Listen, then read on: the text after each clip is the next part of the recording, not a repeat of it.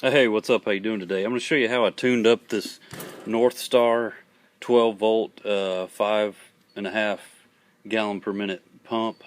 My friend uses for his Roundup weed sprayer. He's got a 100-gallon tank, so this one's about 3 years old and it wouldn't hit a lick. So the motor needed some TLC, had some rust down in it. Most of the rust was kind of down on the bottom side because it's always sitting like this, so tear it apart. Let's see, I don't even know what size the Allen wrench is. It's small, but it's a typical small size Allen wrench, and I don't even know if these are standard or metric Allen head cap screws, socket head cap screws if you want to be picky. But let's see here. So I know it'd be easier to show you. I tore this thing all the way apart. Okay, now there's another guy that's got some good videos, a guy named Russ, and I'd recommend watching those probably first before you tear into this all the way. But this thing would not hit a lick. It was just arcing, and my friend thought maybe he had gotten the polarity wrong and burned it up, but no, that wasn't the case. I think it had seized up, just enough, and just enough rust in the bearings and in the commutator was kind of had some wear on it, some toast, a little crispy, most oxidation. So I'm going to use this old lawnmower starter motor to show you. It's basically the same thing is what I did. About the only difference is sizes, and the lawnmower starter had 4 brushes instead of 2. This one just has 2 brushes down in this bottom cap down here. It's got 2 Phillips head long screws that you take out, and that's the hardest part, reassembling this thing. If you take this plastic gray cap off, and then it's sealed from the motor, supposed to be. Not always if it's got a lot of wear on it, but the hardest thing to do reassembling it is putting these long screws back together, because the magnets, see, it's got magnets in there just like this one, and that drives the rotor spindle. Those magnets will snag these long screws, so what you got to do is get you a nice long C-clamp, or put it in a vise, just gently snug in a vise and C-clamp, and hold it together, because those strong magnets are pushing the spindle, trying to push it downwards towards the bottom. So what you got to do is get you a good flashlight, preferably a headlamp flashlight, and shine it down in this end when you have the top off, and you've got to wiggle these screws by hand or with your Phillips screwdriver, and look down in that hole until you see the shiny end of that screw. And that's the only way to do it. That's the hardest part, putting this back together. So I'll show you this is what you really got to tune up.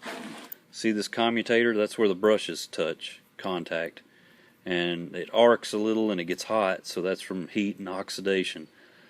So get you some fine sandpaper. I used some Scotch-Brite scuffing abrasive, and I've got a small benchtop lathe I used. You might want to clean it first with like anything, WD-40, brake cleaner, carburetor cleaner, electronic cleaner that dries fast, rubbing alcohol.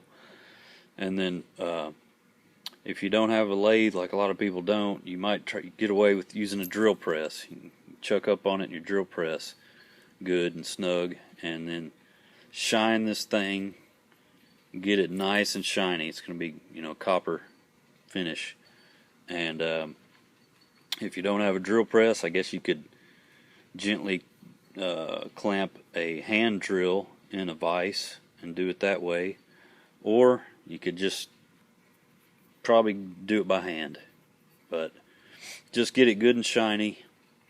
And then what else? There was a bunch of rust on this part of it, which probably doesn't matter, but I sanded that off too while I was at it. Now, for me, some people, guys, probably wouldn't recommend this, but I put a very light coat of some, this is Permatex clear type dielectric grease for automotive tune-up, but it's not conductive, so that's why I used a very light coat using a toothbrush and put on there. Now, you know, it's going to contact here. That'll give it some lube, and the excess should move out of the way and go in between these, and that will help insulate those grooves in there.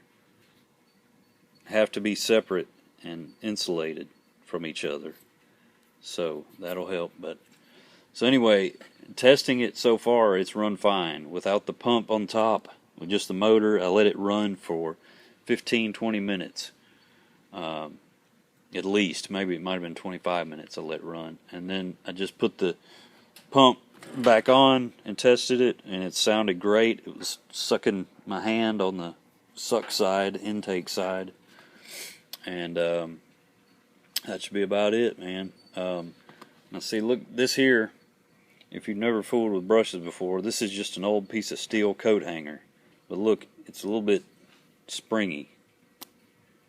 That worked perfect for holding those two brushes out of the way while you stick this end in that end cap.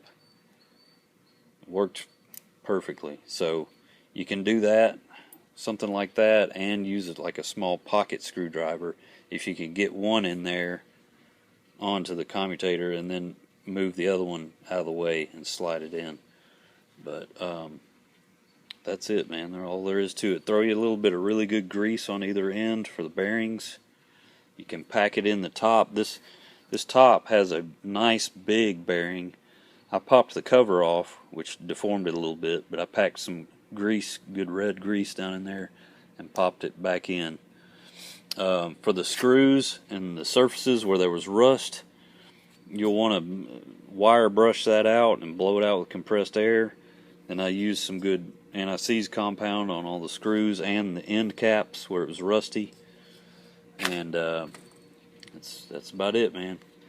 Good luck, and I'll try to put a link for those good videos that a guy named Russ made. So, all right, I'll let the owner test it out thoroughly with his 100-gallon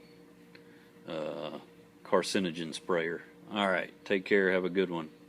Bye.